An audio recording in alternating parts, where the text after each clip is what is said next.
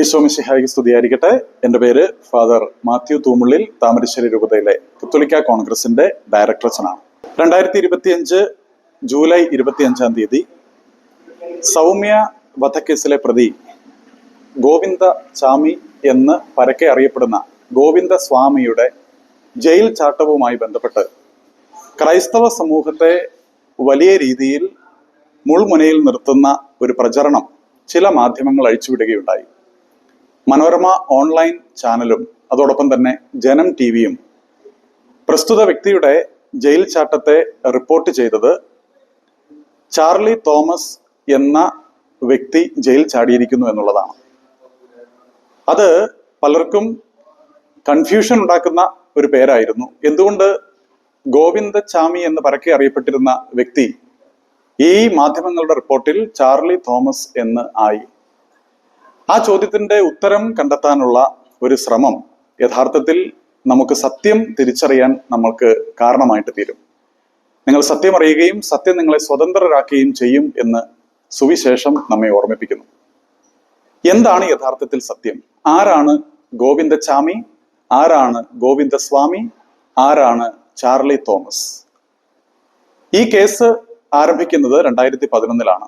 2011 ഈ കേസിന് ആസ്പദമായിട്ടുള്ള സംഭവം നടക്കുമ്പോൾ പോലീസ് അന്വേഷണത്തിൽ പിടിക്കപ്പെട്ട ഈ ഗോവിന്ദ സ്വാമി എന്ന വ്യക്തി തന്നെ പോലീസിന് മുൻപിൽ പരിചയപ്പെടുത്തിയത് ചാർലി എന്ന പേരിലാണ്. തോമസ് എന്ന പേര് ഉപയോഗിച്ചിരുന്നില്ല, ചാർലി എന്ന പേര് മാത്രമാണ് ഉപയോഗിച്ചിരുന്നത്. അതിന് ഗവൺമെന്റിന്റെ പ്രത്യേകിച്ച് കോടതികളുടെ രേഖകൾ അതിന് അടിസ്ഥാനമായിട്ടുണ്ട്. പ്രത്യേകിച്ച് സെഷൻസ് കോടതിയുടെ വിധിപ്പകർപ്പ്, ഹൈക്കോടതിയുടെ വിധിപ്പകർപ്പ്, സുപ്രീം കോടതിയുടെ വിധിപ്പകർപ്പ്, ഇത് വിശദമായിട്ട് പരിശോധിക്കുമ്പോൾ ഈ കാര്യം നമുക്ക് വളരെ കൃത്യമായിട്ട് മനസ്സിലാകും. അപ്പൊ പോലീസിന്റെ മുൻപിൽ ഒരു ഫേക്ക് ഐഡന്റിറ്റി ക്രിയേറ്റ് ചെയ്യുകയാണ് യഥാർത്ഥത്തിൽ ഗോവിന്ദ സ്വാമി എന്ന പേരുള്ള ഗോവിന്ദ ചാമി ചാർലി എന്ന പേര് പറയുന്നതിലൂടെ സാധ്യമാക്കിയെടുത്തത്.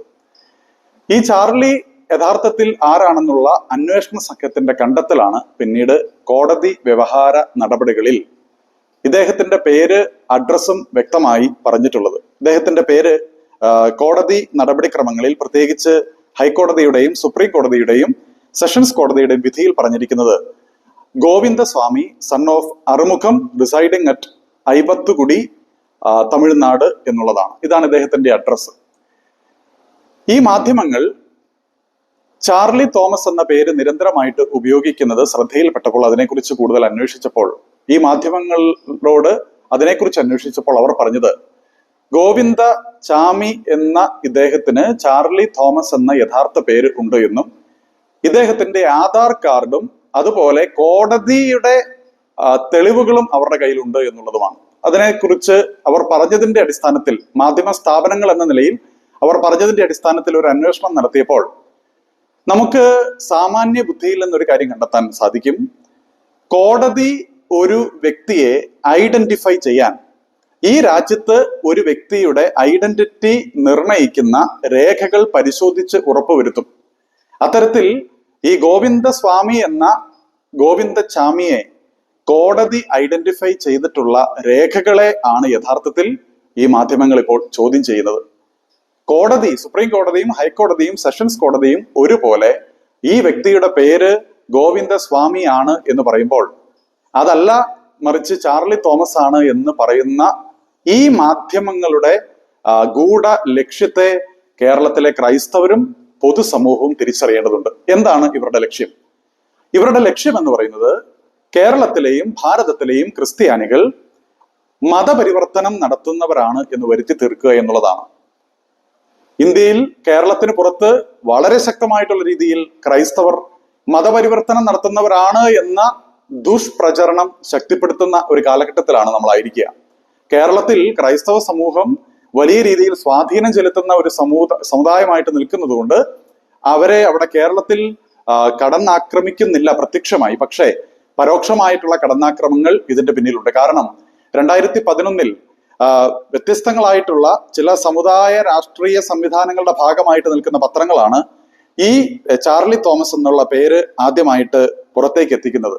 തേജസ്, സുപ്രഭാതം പോലെയുള്ള പത്രങ്ങൾ. അതിന് പിന്നിൽ ചില തീവ്ര സംഘടനകൾ, പ്രത്യേകിച്ച് ജമാഅത്തെ ഇസ്ലാമി പോലെയുള്ള സംഘടനകൾ ഉണ്ട് എന്ന് പല കോണുകളിൽ നിന്നും നമുക്ക് വ്യക്തമായിട്ടുള്ള സൂചനകൾ ലഭിക്കുന്നുണ്ട്.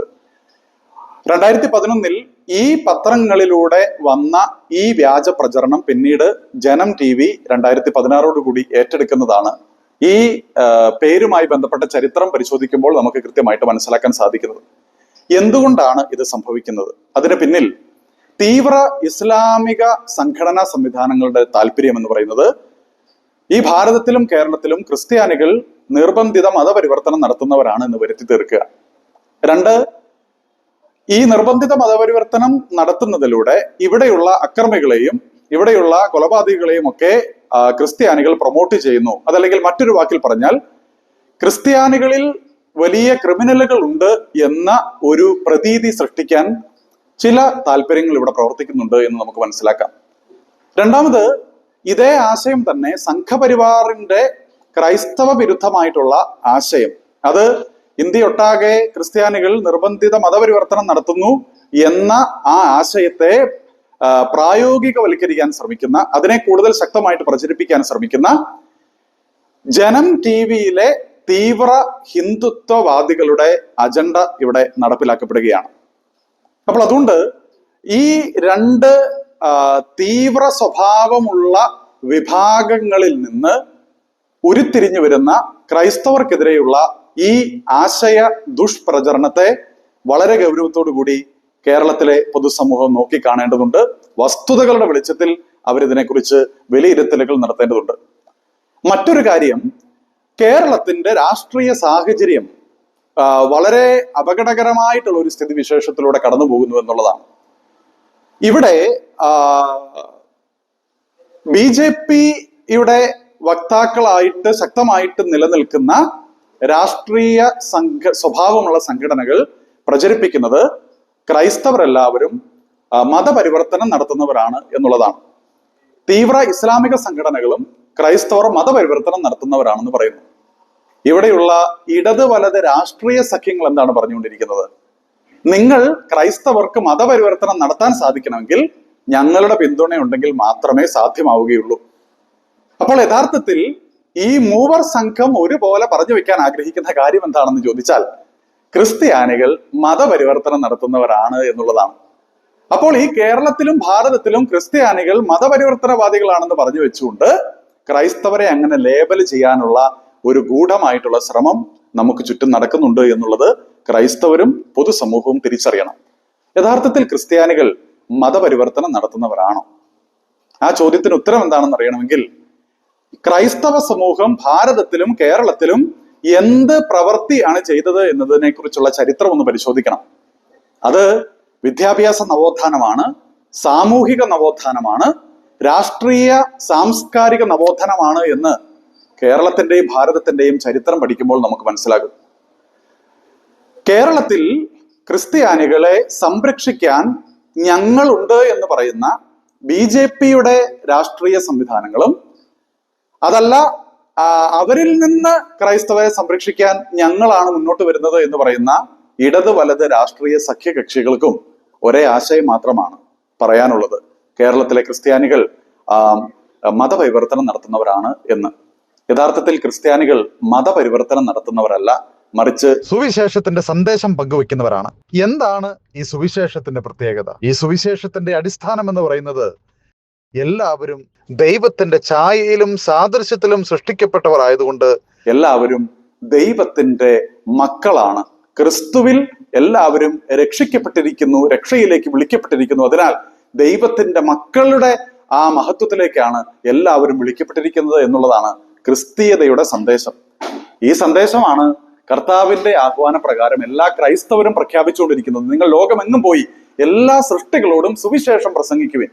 ഈ ദൗത്യമാണ് ക്രൈസ്തവർ ഏറ്റെടുത്തുകൊണ്ടിരിക്കുന്നത്. അത് ക്രിസ്തീയത ഈ ഭൂമിയിൽ അവസാനിക്കുന്നത് വരെയും ക്രൈസ്തവർ ആ ദൗത്യം തുടർന്നുകൊണ്ടേയിരിക്കും.